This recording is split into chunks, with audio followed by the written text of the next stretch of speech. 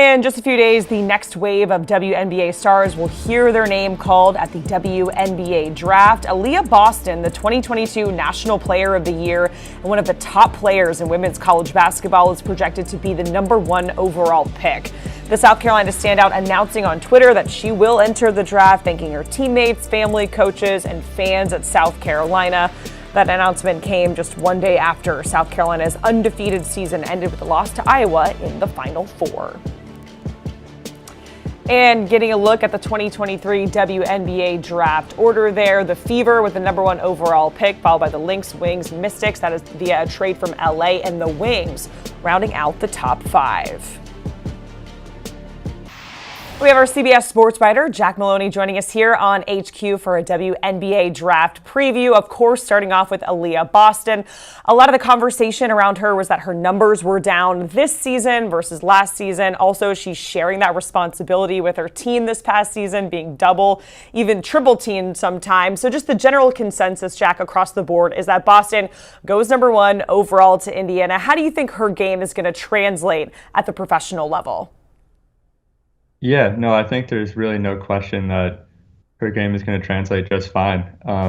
Like you mentioned, in college, she faced double, triple teams. Teams would put one defender behind her, one in front of her to, prevent her from even getting the ball. And that's just not going to happen at the pro level. You look at last summer, she was invited to Team USA, the only college player in that training camp. Like, there's really no question.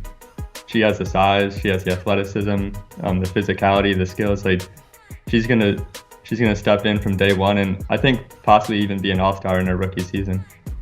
All right, next up, talking about Diamond Miller. She led Maryland to the Elite Eight for the first time in nearly a decade. Just a remarkable season there. In your latest mock, you have her going #2 overall to Minnesota. Jack, can you kind of talk about her upside and how much upside she really has at the next level? Yeah, you look at Miller she's a 6'3" guard basically, and you don't really see that too often. She can bring the ball up the floor. She's great at getting downhill, especially in transition. Gets to the line a ton, which is a great sign, easy points. And she really did a lot of everything for Maryland.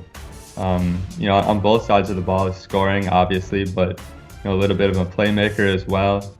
Defensively, you look at her size and athleticism on the wing. She'll be able to guard multiple positions, and when you have a player with her athleticism and size, and there's just a rare combination to have it at any level. And you look at Minnesota; they're entering a new era after Sylvia Fowles retired. To be able to pair her with Napheesa Collier, you have a really exciting wing combination, and I think there are some concerns perhaps about her three-point shot. She does need to work on that, but all-around game, athleticism, size on the wing is really exciting. All right, moving on to the #3 pick, you have Dallas selecting Jordan Horston from Tennessee. I know you've wrote a lot about her potential, but what exactly does she have to fine-tune to get to that next level, or when she's in the next level? I think a lot of it is just sort of being more under control, decision-making, because you look at her athleticism and size on the wing, and it's everything you'd want at the pro level. And you see her make some moves or passes that are just really pop off the screen that are truly incredible. But then at the same time, she'll have drives where it's just totally out of control, takes bad shots and bad turnovers. Which, to be fair to her, she has.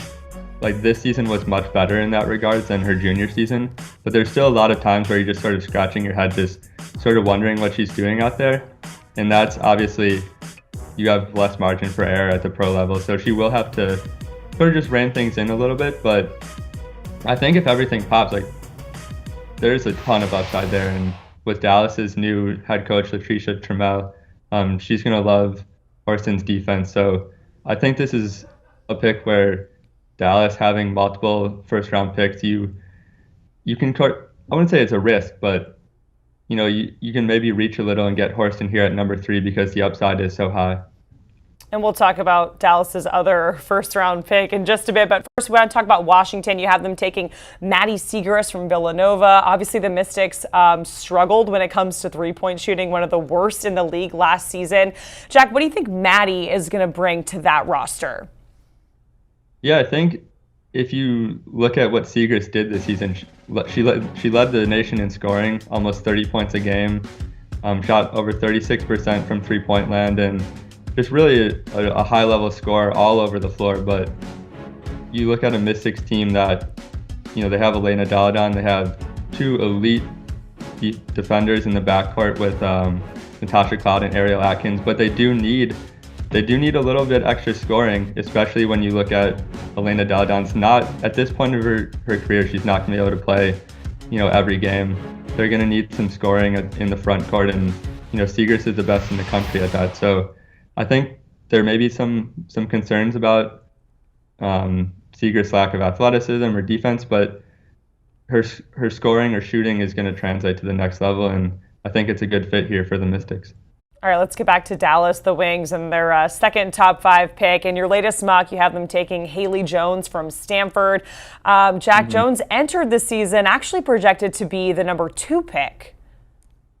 Yeah, no, I think she won a national championship at Stanford, multiple-time All-American, Final Four most outstanding player. It was sort of just penciled in like, okay, she's going to be the number 2 pick behind Aliyah Boston. But I think this season there's, as the draft gets closer and teams really start narrowing down, what they're going to want, the concerns about her lack of offensive game are growing.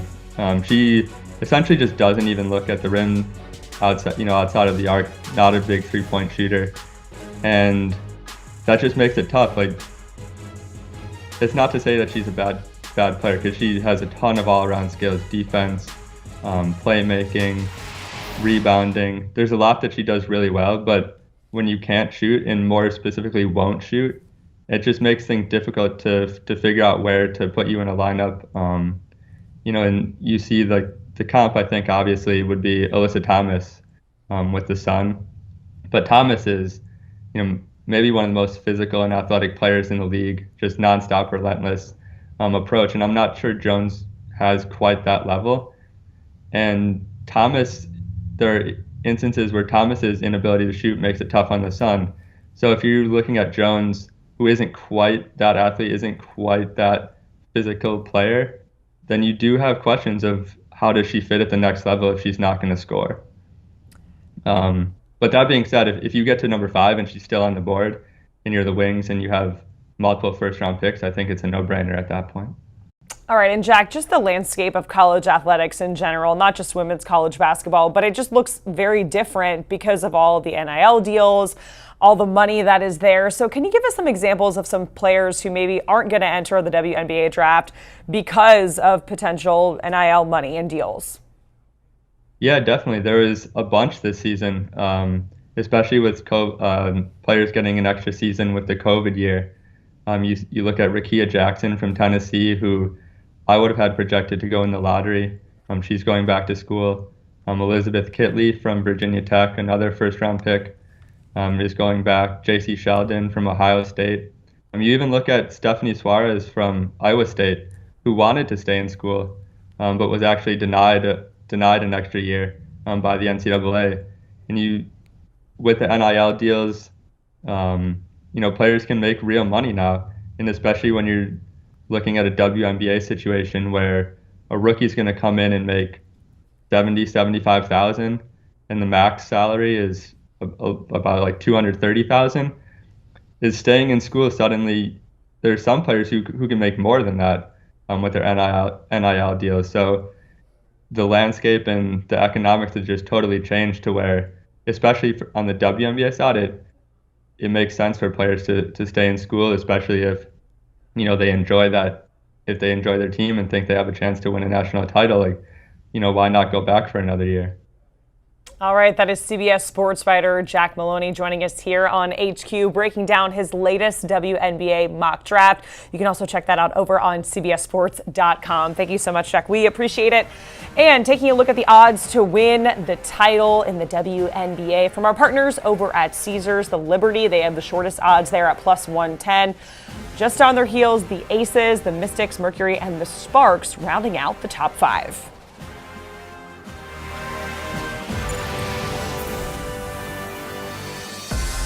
Do you want a sports network that delivers everything that matters about the game? The highlights, the picks, the instant analysis, no yelling, no fake debates, no politics. Hit the subscribe button and never miss a moment.